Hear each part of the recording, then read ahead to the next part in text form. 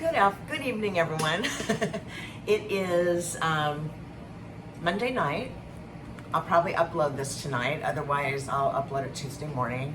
Depends on how late I get to watching it and putting it up. But I'm not trying to make a long video here. So, anyways, if it's real late, I'll wait till the morning probably to upload it. Because less people will see the notification, especially on the East Coast. They'll be sleeping.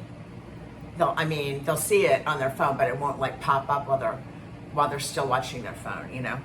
So today I have a review of Healthy Choice Power Bowls. Green Goddess is the flavor, vegan, and it's also low calorie because it's Healthy Choice, which is really good. Because most of the vegetarian and vegan meals I've come across are high calorie, and this one's 330 calories, and I liked it. Because even though it's vegan, it has 18 grams of protein, which is really good. And plus, let's see what it says. Lentils and vegetables served on top of brown and red rice, red quinoa, and black barley with green sesame tahini sauce, topped with roasted pepitas. And those are like pumpkin seeds, I think. Because this Mexican restaurant I go, they use like pepitas on top of salad, on top of their Mexican Caesar salad with. It's really good with cilantro something dressing. It's like their signature salad, and they also make a chicken salad, but this is just their dinner salad or their side salad. But for those of you who don't know what tahini is, I think it's sunflower seed oil or flavoring. It's Middle Eastern, and they put it. It's in hummus. Even if you buy it at the market, it's one of the ingredients besides chickpeas. It's in baba ganoush. If you're not familiar, that's Middle Eastern food. Could be some Greek, but I know a lot of you live in places in the U.S. where they don't have Middle Eastern restaurants or Israeli restaurants where they have like what's it called, shawarma and falafel and all that stuff. I've always liked that even before I was a vegetarian, but now I get falafel. But yeah, baba ganoush and hummus are both vegan. Actually, I think they're vegan, but I think it's sesame oil instead of sunflower seed tahini. I think it's sesame oil. Yeah, green sesame tahini sauce. Okay, yeah, tahini sauce is made from sesames. Like in the Middle Eastern restaurants, it's a sauce. They blend it up and probably in a food processor, and yeah, it's very Middle Eastern. So I liked it because it has a lot of vegetables. It has broccoli and yeah, it looks really good. And here's the back of what's in it. It's all mixed though. I didn't mix it, it just came that way. And it even shows the Green Goddess tahini sauce right here, but it's mixed in. They didn't give me like a side of it.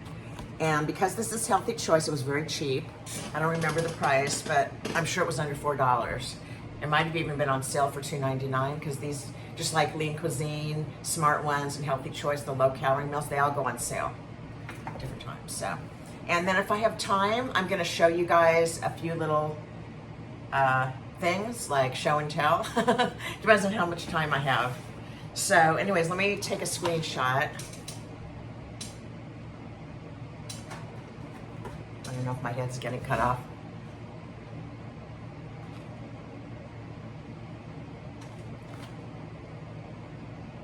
Okay, and here's what it looks like. I'll bring it up. Roll my selfie stick right by the shaking. Looks good. So it's got broccoli. This looks really interesting. I can't tell what's in it. Looks like it has lima beans. I like lima beans. So I know a lot of people don't like them.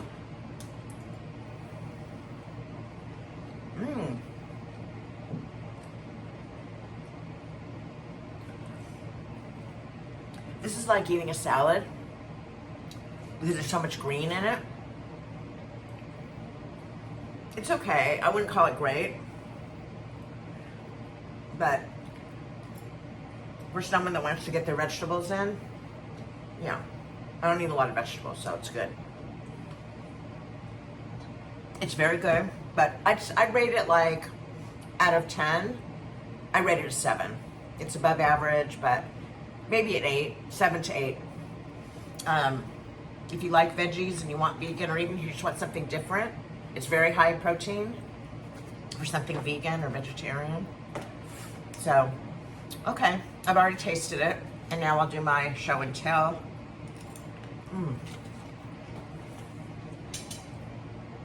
Okay, well, have any of you heard of Lucky Cats? I know they're popular in China. They're like, and I think they're Money Cat or Lucky Cat. I think they're popular in Japan, because I believe I bought one of these in Japan, Little Tokyo in LA, and one I bought in Chinatown. Both really fun places to go. I've never been, but unfortunately, I can't have Chinese food because most of it has fish sauce.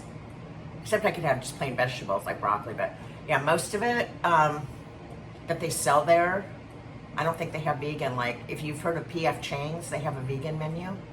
But yeah, I don't eat at Chinatown.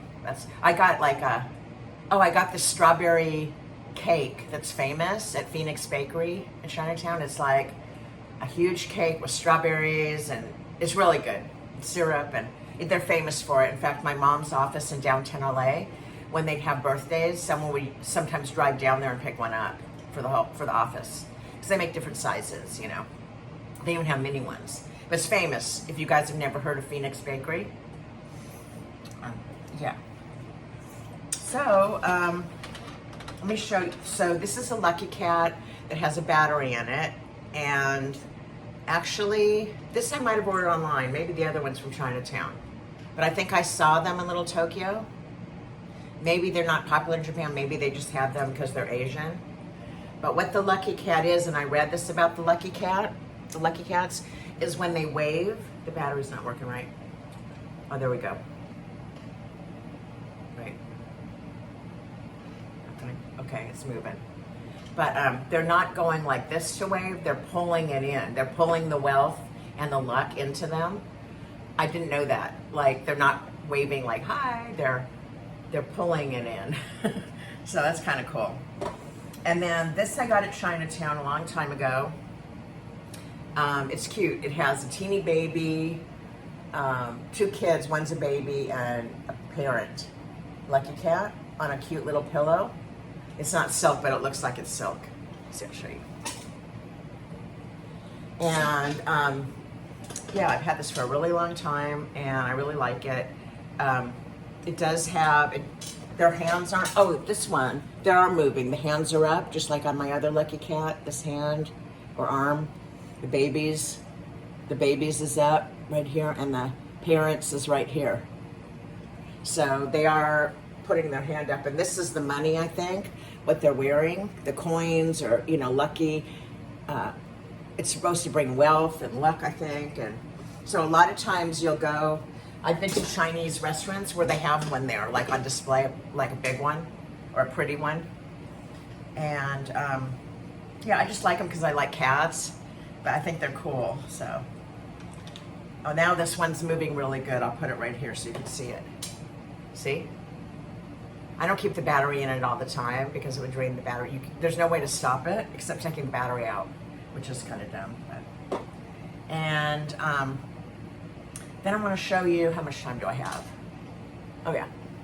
I want to show you this toy I have that I had a while. It's really fun. It's called Skill Ball, and it's kind of retro looking, and it's got marbles, and as you can see, there's 2 children and 2 adults playing it.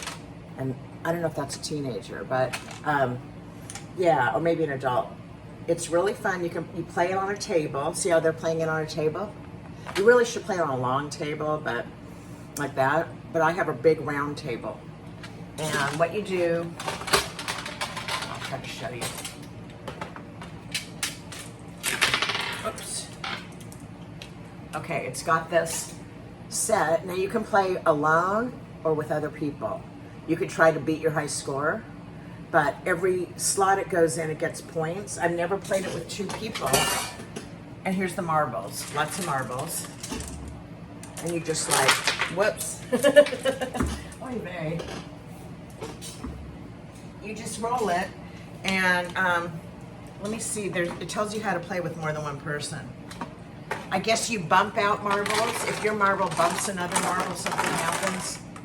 How to play. Place the metal tray on the floor or tabletop. Oh, you can place it on the floor. Each player chooses 3 of the same colored marbles. It says 1 to 4 players. Each player takes a turn at rolling their marbles into the tray. You can only roll each marble once. If you miss the tray, you cannot roll again. Try to land the marbles in the holes with the highest point values. If you knock loose one of the marbles already in the tray, you lose that marble's point score. Oh. If you knock loose one of the marbles. Okay. After all 3 marbles have been rolled, add up your total score. The person with the highest score is the winner.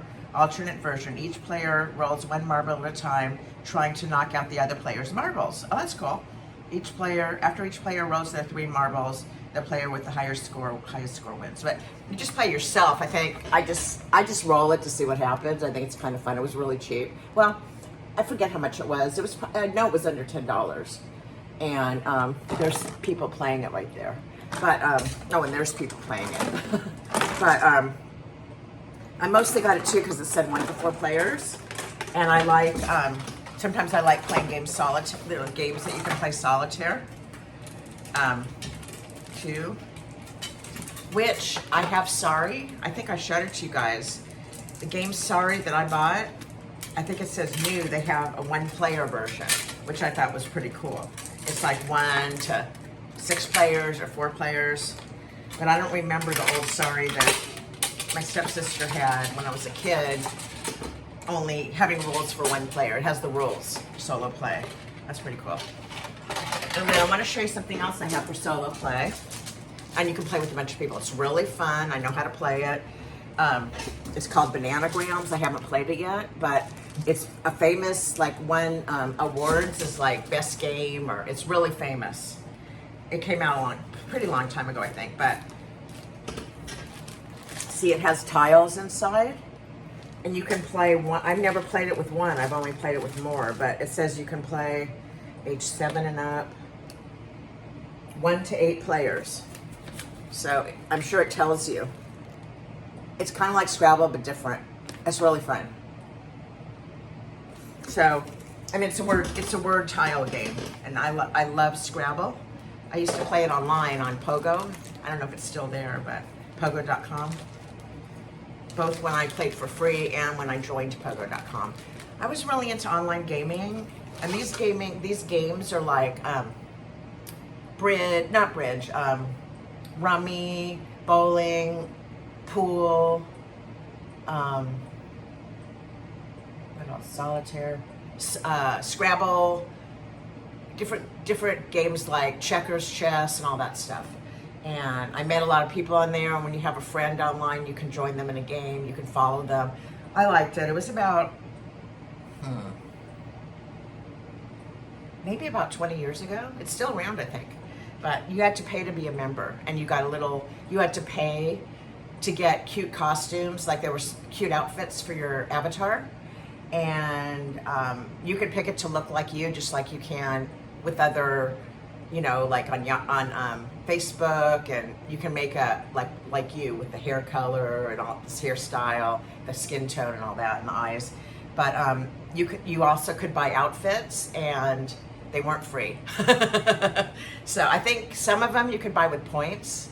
You racked up some points by winning and stuff like that on your account. It racked up, but I think most of them you could buy, and most people had the free outfits. That most of the people I played with, I mean, they were not really worth it. It just it would save it in your wardrobe. It was really funny, but yeah, I don't know why they didn't have profile pictures. I think I read that because where you could put a photo in, because it would have been more fun. They just had avatars or whatever. So yeah, I made a friend on there, and we would meet for pool or for rummy, gin rummy. We would meet like at different times. She lived in, I forget, but we played a game together, and we got to talking in between playing, and I said I'll follow you or I'll make you a friend, and it was really, it's a really cool place. It was a cool place at the time. Yeah, when I first got a computer in 95, 1995. I played a lot of online games that weren't like video games. They were like word games. They were like, have any of you heard of IRC, Internet Relay Chat? I played games on that. And Yahoo games a lot. I played Reversi, which is like Othello, which I own.